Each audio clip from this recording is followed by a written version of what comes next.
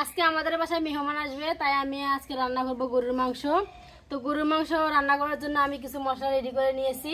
তো দেখুন, এখানে রয়েছে পেঁয়াজ কুচি, মরিচের গুঁড়া, হলুদের গুঁড়া, জিরার গুঁড়া, গরম মশলা, লবণ এবং আদা রসুন পেস্ট। কড়াই গরম হয়ে গেছে, এখন আমি তেল দিয়ে দিব।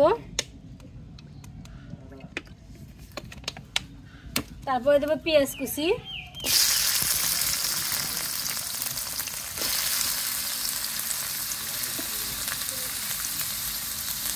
পেঁয়াজ কুচি লাল লাল করে ভেজে নেব।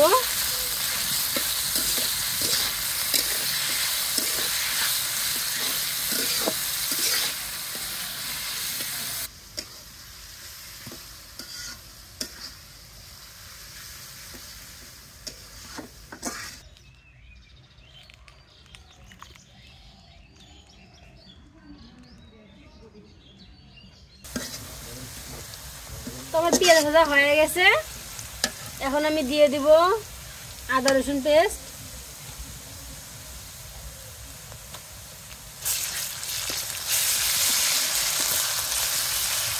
দিয়ে দিব লবণ, গরম মশলা, জিরার গুঁড়া, মরিচের গুঁড়া, হলুদ। এখন আরো ভালো মতো ভেজে নিব, মশলাগুলো কষে নিব।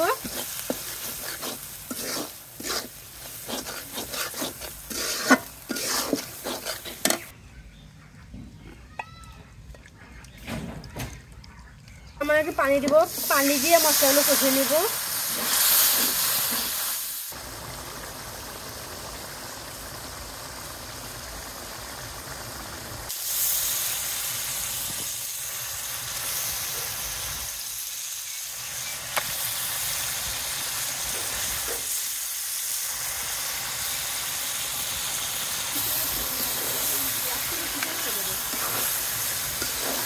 ভালো মতো মাংসটা কষে নেব,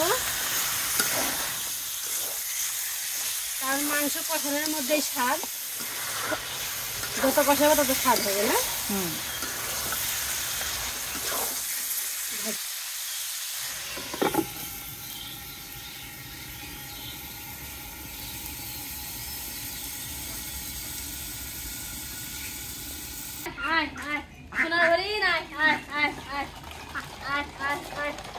মারে দিল বাবা, এগুলো আমার সোনার হরিণ খাইয়ে গেল। আমার কষানো হইলো নাকি, ওমা হয়ে গেছে। এখন একটু দিব আলু, সামান্য পরিমাণে আলু দিয়ে দেবো, কারণ বাচ্চারা শুধু আলুই খাইতে চায়। গরুর মাংস শক্ত দাঁতের মধ্যে ঢুকে যায়, আলুই পছন্দ করে, সেটা আলু দিয়ে দিলাম। আলুগুলো দিয়ে দিয়েছি, এখন আরেকটু ঢাকা দিব।